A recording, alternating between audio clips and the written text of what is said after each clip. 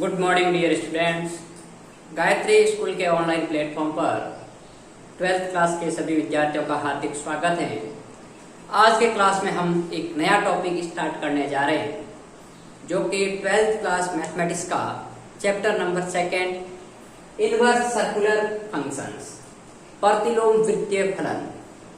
अब देखिए, इससे पहले जो अपन ने बात की थी वो फर्स्ट चैप्टर को लेके की थी, जो कि आपके पास में कंपोजिट फंक्शंस को लेकर था, जिसमें अपन ने कंपोजिट फंक्शन, इनवर्स फंक्शन और बाइनरी ऑपरेशन के बारे में डिस्कस किया था। उससे पहले अपन ने मैट्रिक्स, डिटरमिनेंट्स और application of matrix and determinants के बारे में भी डिस्कस कर चुके हैं।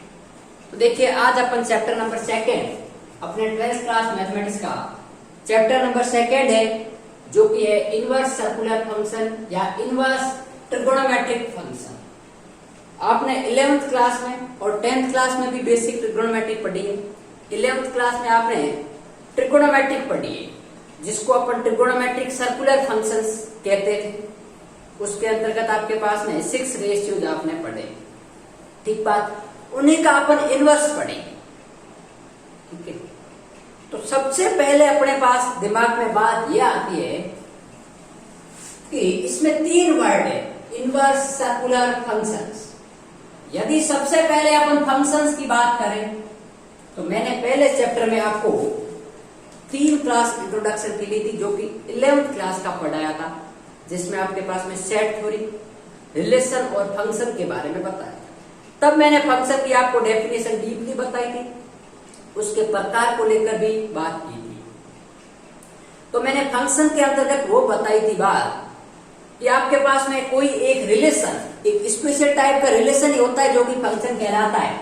तो अपन ने कहा था कि एक रिलेशन है जो कि आपके पास में f है, वो कोई a से b में यदि परिभाषित है तो ये फंक्शन कहलाता है।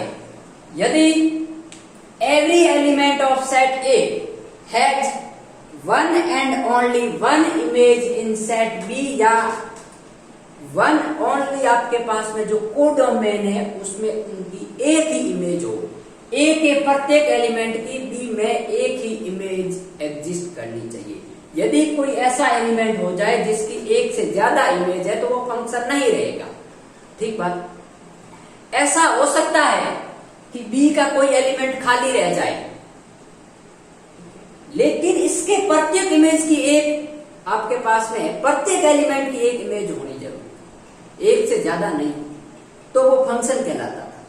ये अपन ने पहले पढ़ चुके, 11th क्लास में भी पढ़ा। अब फंक्शन तो हो गया, ठीक है, कि आपके पास में जो डोमेन है उस डोमेन के प्रत्येक एलिमेंट की को डोमेन में एक इमेज होनी जरूरी है, ठीक है। और फंक्शन के टाइप भी पढ़े थे अपन ने, 1 1, ऑन 2, मैनी 1, ठीक है, बाइजेक्टिव या अर्थात 1 1 ऑन 2। अब मेरी बात सुनो, फंक्शन तो अपन ने कह दिया। सर्कुलर आपके पास में सर्कुलर ट्रिगोनोमेट्रिक फंक्शन में आपने क्या क्या पढ़ा 11th क्लास में? से रेशियो पढ़े। फर्स्ट आपके पास में ज्या, जिसको अपन बोलते हैं साइन एक्स, सेकंड पढ़ा आपने कोसाइन एक्स, थर्ड पढ़ा आपने पास में टेंजेंट एक्स, फोर्थ पढ़ा आपके पास में कोट ऑफ एक्स, फिर पढ़ा आपने सिकेंट ऑफ एक्स, और फिर पढ़ा आपने cosine of x, cosec of x. ये आपने 6 रेशियो पढ़े 11th क्लास में, ठीक बात। यहां पर x की जगह आप थीटा यूज करते होंगे, cos थीटा, sin थीटा, ठीक है। आपको ये दिक्कत है तो उसकी जगह थीटा भी लिख सकते हो। जैसे यहाँ पर मैं आपको यदि दिक्कत आ रही है तो इसकी जगह आप थीटा भी लिख सकते हो, कोई दिक्कत नहीं। Sine theta, cos theta, tan theta, cot theta, sec theta और कोसेक थीटा, ठीक है।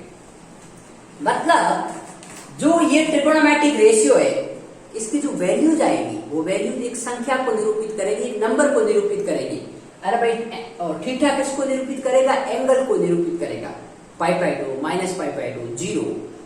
उस पर उसकी वैल्यू क्या आएगी? साइन की -1 से 1, इसकी भी -1 से 1 के बीच, और वो संख्या साथ में इसका सेट ऑफ रियल नंबर आता है। तो ये क्या, एक नंबर्स को रिप्रेजेंट कर रहे हैं, ठीक है। और थीटा क्या रिप्रेजेंट कर रहा है? एंगल। अब इसका इनवर्स निकालेंगे अपन, इन्हीं का इनवर्स निकालना, ये जो सर्कुलर फंक्शन है इन्हीं के इनवर्स को लेकर अपन बात करनी है, और वो इनवर्स है वो आपको एक एंगल देगा। अब वो एंगल कैसे देगा उसकी अपन को स्टडी करनी है। लेकिन भाई पहले बात तो अपने ये अड़ रही है कि अपन इनवर्स की स्टडी तो करेंगे, लेकिन पहले इनवर्स की स्टडी करने के लिए फंक्शन में क्या क्या नेसेसरी कंडीशन होनी जरूरी है ताकि वो फंक्शन का इनवर्स एग्जिस्ट करे। मैंने फर्स्ट चैप्टर में आपको इनवर्स पढ़ाया था, फंक्शन ऑफ इनवर्स, कि किसी भी फंक्शन का इनवर्स कब एग्जिस्ट करता है। ठीक है, तो यदि अपन ट्रिगोनोमेट्रिक फंक्शन का इनवर्स निकाल रहे हैं तो पहले तो इनवर्स फंक्शन डिफाइन होना जरूरी है भाई।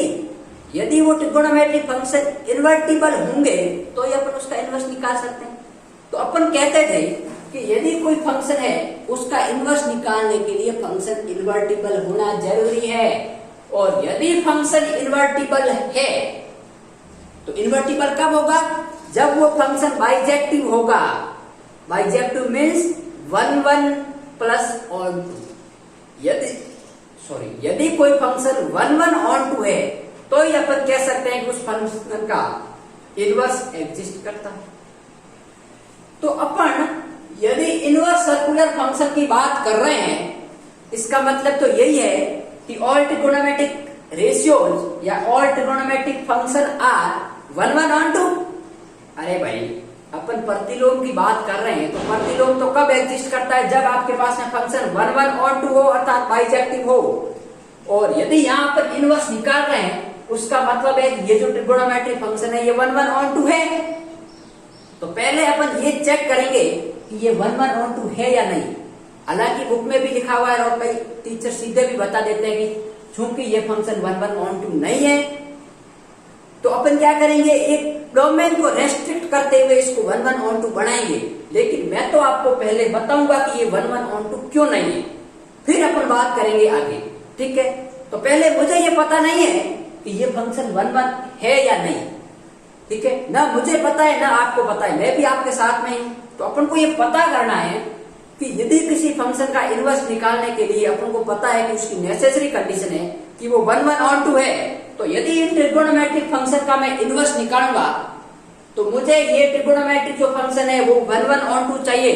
तो पहले अपन चेक करते हैं कि क्या ये ट्रिगोनोमेट्रिक जो फंक्शन है वो 1 1 ऑन 2 है या नहीं।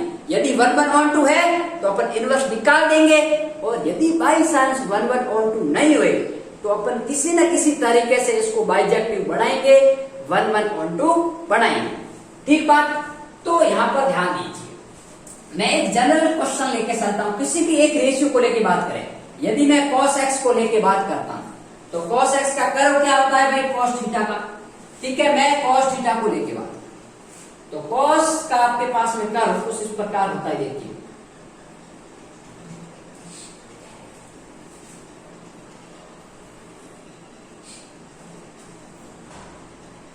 ये आपके पास में 0 है, ये π/2, ये पाई, ये 3π/2, ये 2π, ये -π/2, -π, -3π/2, -2π। अब cos का मान जब यहां ये एंगल को रिप्रेजेंट कर रहा है, ठीक बात, ये y एक्सिस है, ये x एक्सिस।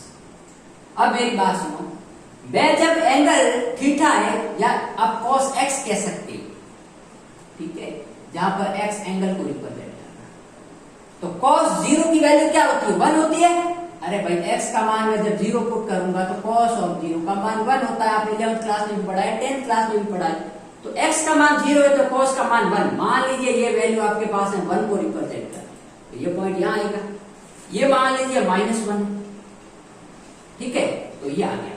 π/2 पर cos π/2 क्या होता है आपके पास है भाई, cos of π/2 0, cos of -π/2 0, cos of pi का मान -1, cos ऑफ -π का मान -1, ठीक है, cos ऑफ 3π/2 का मान 0, cos ऑफ 2π का मान 1। ये वैल्यू आ रही है। तो देखिए cos 0 का मान 1 यहां, cos π/2 मान लीजिए यहां है, तो ये वैल्यू आपके पास में आ गई 0, ठीक है। और माइनस पाई बाई टू वापस 0, तो ये कर्व कुछ ऐसे जाएगा। ठीक है, अब वापस आपके पास में cos पाई पर -1, तो -1 यहाँ है, तो आपके पास में ये कोई कर्व आपके पास में ऐसे होके जाएगा। ठीक बात, और ये आपके पास में ये कोई कर्व ऐसे होके जाएगा। अब मेरी बात सुनिए, ये आपके पास हो सकता है वापस ऐसे आए, और ये कर्व आपके पास में ये 1 पर वापस जाएगा। ठीक है, तो मैं थोड़ा इसको आगे बढ़ा देता हूं, यहां तक ले आता हूं, और ये आपस में मान लीजिए आपके पास में वापस थोड़ा सा अपन इसको ऊंचा कर लेते हैं, ताकि तो ये वैल्यू आपके पास में क्या है 2 पाई है। ठीक बात, ये वैल्यू आपके पास में 3 पाई बाई 2 है, ये वैल्यू आपके पास में पाई है, ये वैल्यू आपके पास में पाई बाई 2। ठीक है, ये वैल्यू आपके पास में -1 है, ये वैल्यू आपके पास में 1 है। ठीक बात, अब मेरी बात सुनो, हो सकता है कर्व थोड़ा बहुत टेढ़ा मेढ़ा हो, लेकिन आप समझ जाना चाहिए आपको। ये -पाई बाई 2, ये माइनस पाई है, ये माइनस का 3 पाई बाई 2 है, और ये माइनस का 1 आता है, वहां पर माइनस का आपके पास में क्या हो जाएगा 2 पाई। ये cos x का कर्व। अब मेरी बात सुनो, फंक्शन अपन को क्या लाना है, बाइजेक्टिव प्रूफ करना है। ठीक है, फंक्शन बाइजेक्टिव कब होता है,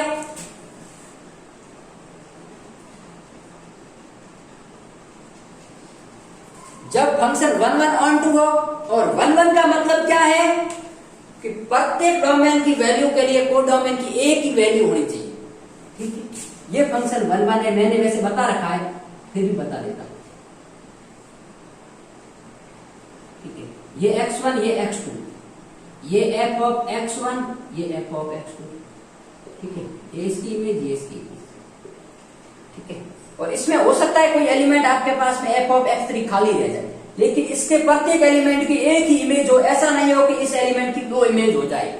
मतलब मेरा मैथमेटिकल फॉर्मेशन क्या कहता है कि ये कोई फंक्शन परिभाषित हो रहा है आपके पास में a से b में, तो यदि आपके पास में f ऑफ x1 बराबर f ऑफ x2 हो, इंप्लाइज दैट x1 बराबर x2। यदि आपके पास में कोई 2 एलिमेंट की इमेज बराबर होने पर वो एलिमेंट ही बराबर हो, अर्थात एक एलिमेंट की एक ही इमेज हो, तब वो फंक्शन आपके पास में 1 1 होता है। तो अपन को ये प्रूव करना है कि पहले तो फंक्शन 1 1 है, फिर ऑन टू है। तो 1 1 होने के लिए अब मेरी बात सुनो, अपने कहा है कि f ऑफ x1 बराबर f ऑफ x2। यहां पर मैं कोई मान लीजिए 2 पॉइंट कंसीडर कर लेता हूं, एक ये और एक मैंने ये। तो यहां पर जो y की वैल्यू यहां पर है वही यहां पर है। मान लीजिए ये मैं f ऑफ x1 कंसीडर कर रहा हूं और ये f ऑफ x2 कंसीडर कर रहा हूं। ठीक है, ऐसा यहां पर ले लीजिए भाई, यहां पर ले लीजिए, ये 0 ही कंसीडर कर लीजिए आप। तो इन पर आपके पास y का मान तो समान है, लेकिन मैं इसको x एक्सिस पे मिला हूं। यहां आया, ये आया, ये x1, ये x2, लेकिन x1 का मान तो कुछ न कुछ होगा, जैसे पाई बाई 4 हो सकता है, पाई बाई 6 हो सकता है, पाई बाई 3 हो सकता है, और इधर भी होगा तो माइनस पाई बाई 6 होगा। लेकिन दोनों अलग अलग है, इक्वल नहीं है। मतलब f ऑफ x1 बराबर f ऑफ x2 का मान बराबर होने पर भी x1 और x2 का मान बराबर नहीं है। जैसे मैं मैथमेटिकल फॉर्मेशन में आपको बताता हूं, सिंस f ऑफ 0 बराबर 1 आ रहा है और f ऑफ 2 पाई का मान भी 1 आ रहा है, f ऑफ 2 पाई का मान भी 1 आ रहा है, वापस यहां पे 0 का मान भी 1, and f of pi by 2 का मान 0 आ रहा है, f ऑफ 3 पाई बाई 2 का मान भी 0 आ रहा है, f of minus 3 pi by 2 का मान आ रहा है, माइनस पाई बाई 2 आ रहा है। मतलब फंक्शन की 2 पॉइंट पर वैल्यू सेम है, 0 x का मान 0 है तभी वैल्यू 1 है, लेकिन ये बट इसमें but 0 is not equal to 2 pi, और इसमें भी आपके पास है but pi by 2 is not equal to 3 pi by 2। तो अपन क्या कह सकते हैं कि f ऑफ x1 बराबर f of x2, but x1 है वो नॉट इक्वल टू x2 आ रहा है। ठीक है भाई, ऐसे काफी वैल्यू है, बहुत सारी इनफाइनाइट वैल्यू है जिस पर फंक्शन की वैल्यू बराबर है। क्यों है? क्योंकि साइन एक्स कॉस एक्स ये जो कर्व है ये साइनोसॉइडल कर्व होता है, मतलब एक फिक्स अंतराल के बाद रिपीटेशन होता है। यदि रिपीटेशन होगा तो आपके पास में y की वैल्यू तो वो आएगी, लेकिन x की वैल्यू अपन जो जो बढ़ा रहे हैं ना, तो मतलब x1 पॉइंट पर जो फंक्शन की वैल्यू है, x2 पॉइंट पर जो फंक्शन की वैल्यू, मतलब cos ऑफ x1 बराबर cos ऑफ x2 का मान तो बराबर आ रहा है, लेकिन x1 और x2 बराबर नहीं है। ये x2 यहाँ रहा जो कि 0 से छोटा है, और ये x1 यहाँ रहा जो कि 0 से बड़ा है, लेकिन इन दोनों पॉइंट पर फंक्शन की वैल्यू तो बराबर है। इसका मतलब ये फंक्शन 1 1 नहीं है, क्योंकि 1 1 होने के लिए यदि f ऑफ x1 बराबर f ऑफ x2 होने पर x1 का मान x2 के बराबर होना चाहिए। हेंस मैं लिख सकता हूं, हेंस आपके पास में cos of x is not 1 1।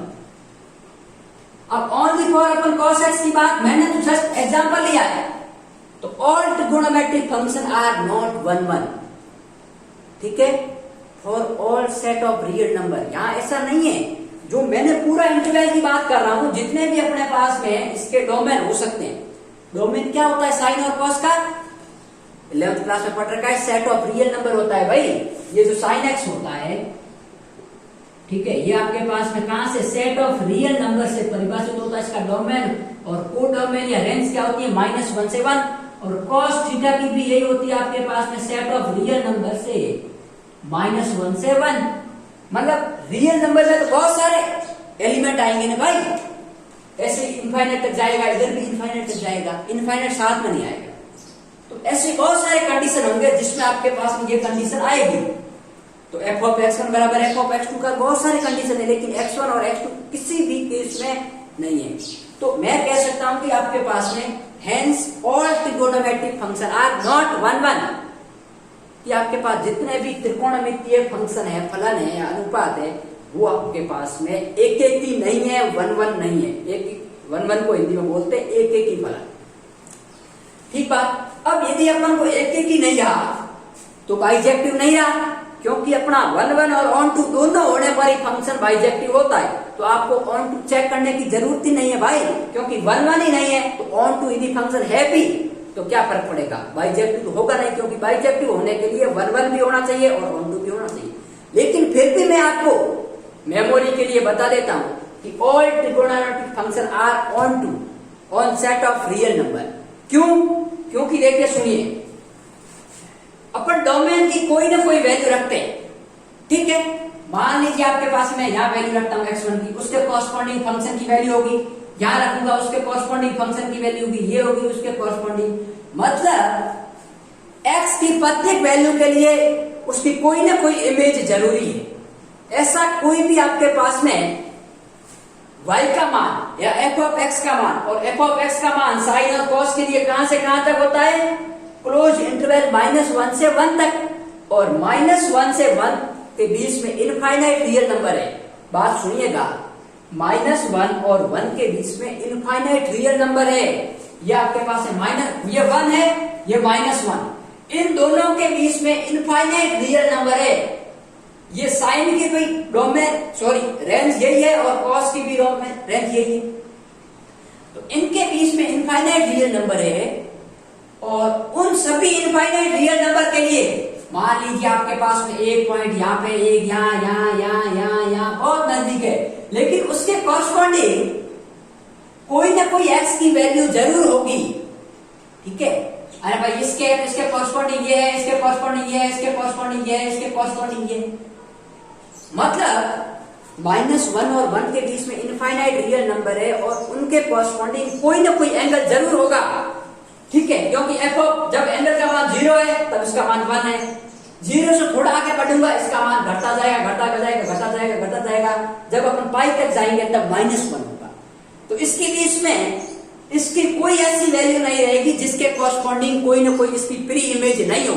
प्रत्येक एलिमेंट की प्री इमेज होगी, ठीक है।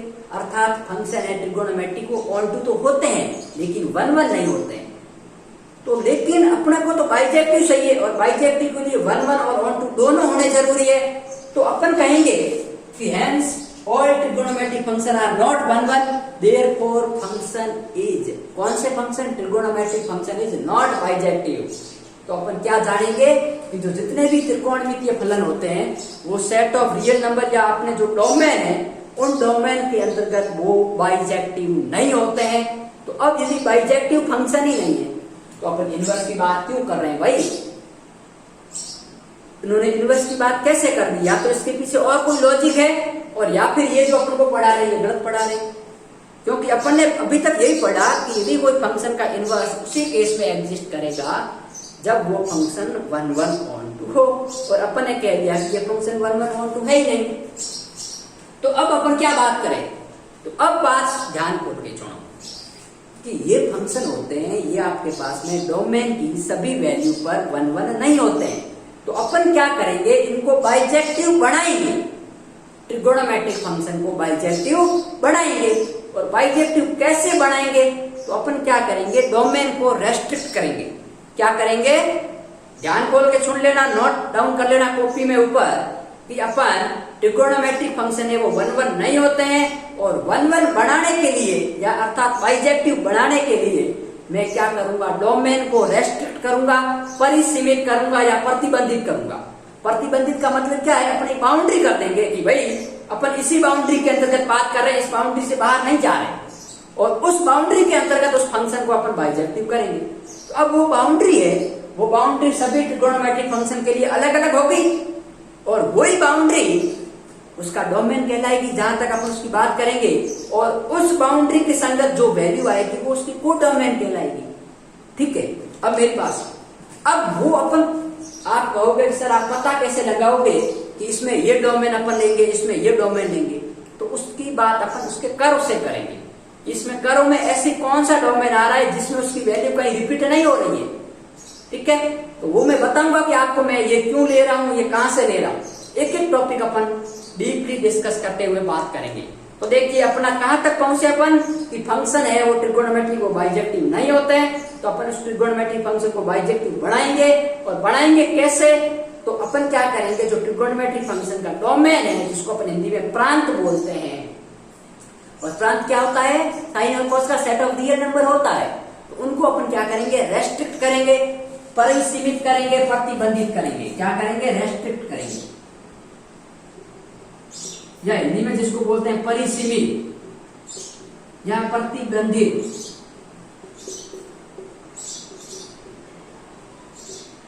तो प्रांत को अपन क्या कर देंगे, प्रतिबंधित कर देंगे। अभी तक अपना चैप्टर, अपने जो 12th क्लास की बुक्स का जो टॉपिक है अभी स्टार्ट ही नहीं हुआ। मैं तो आपको बेसिक समझा रहा हूं कि अपन इनवर्स की बात करें तो कैसे करें। बुक्स वाले ने सीधा लिख दिया भाई कि ट्रिगोनोमेट्रिक फंक्शन 1 1 और 2 नहीं होते हैं, तो अपन उसको डोमेन को रेस्ट्रिक्ट करेंगे, और उसने डोमेन को सीधा रेस्ट्रिक्ट कर दिया। लेकिन ऐसे अपन को नहीं समझना, अपन को एक एक कंसेप्ट को क्लियर करते हुए चलना है। ठीक है, तो पहले इनको एक बार आप चाहो तो नोट डाउन कर सकते हो, फिर अपन बात करेंगे कि इनके डोमेन को अपन कैसे रेस्ट्रिक्ट करेंगे।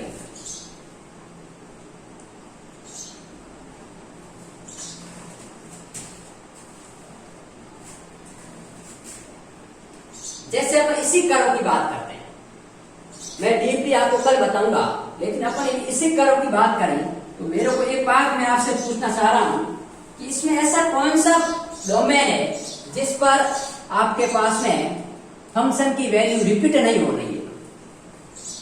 जैसे मैं एक कर्व आपको बढ़ा देता हूं, अपन को तो भाई ऑन टू तो है, अपन को 1 1 ही तो लाना है। मैं ये कॉस का कर्व है, इसी प्रकार मैं साइन का कर्व यदि यहां बनाता हूं तो साइन का कर्व आपके पास में कैसा होगा? ठीक है, ये आपके पास में होगा ऐसे कर्व, क्योंकि साइन का 0 पर 0 हो रहा है, ये π/2 है, ये -π/2 है, और ये 0। अब मेरी बात सुनो, ये साइन का कर्व है, ये कॉस का है।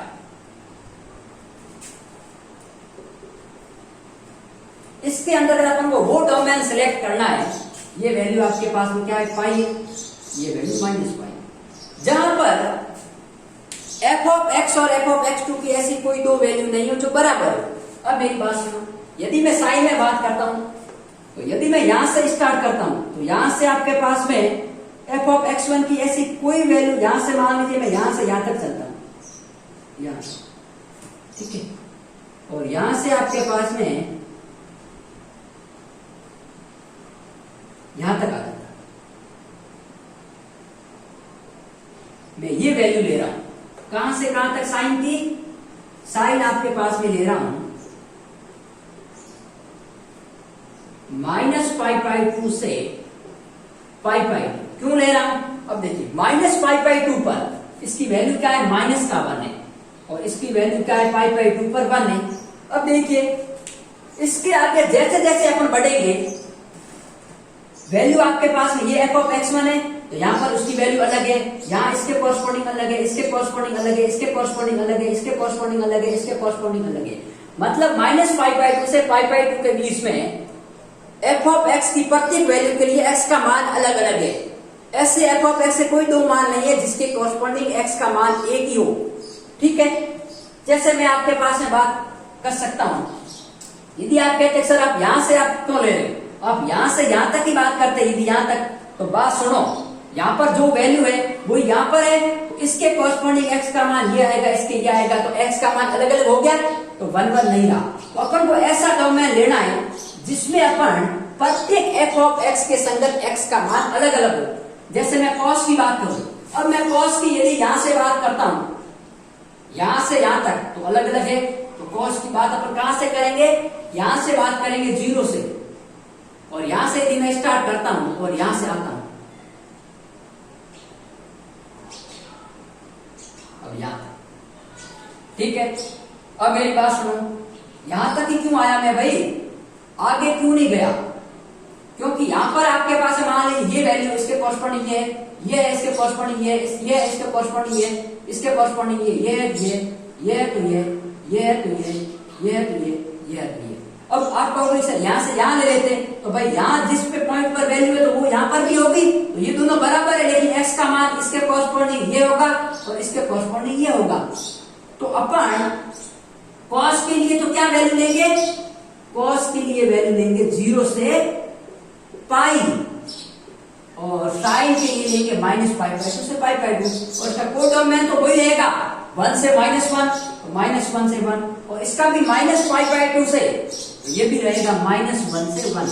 अब मैं सभी ट्रिगोनोमेट्रिक फंक्शन की आपको बात करूंगा, लेकिन आज शॉर्ट में बता रहा हूं, कल और डीपली बताऊंगा कि अपन को ऐसी डोमेन सिलेक्ट करना है जिसमें x की प्रत्येक वैल्यू के लिए एफ ऑफ x का मान अलग हो, कोई भी वैल्यू रिपीट नहीं करनी चाहिए। तो साइन का तो अपन -π/2 से π/2 लेंगे, और cos का लेंगे 0 से पाई। तो इसको डीपली अपन कल और देखेंगे कि ऐसा अपन क्यों लेते हैं और किस प्रकार लेते हैं।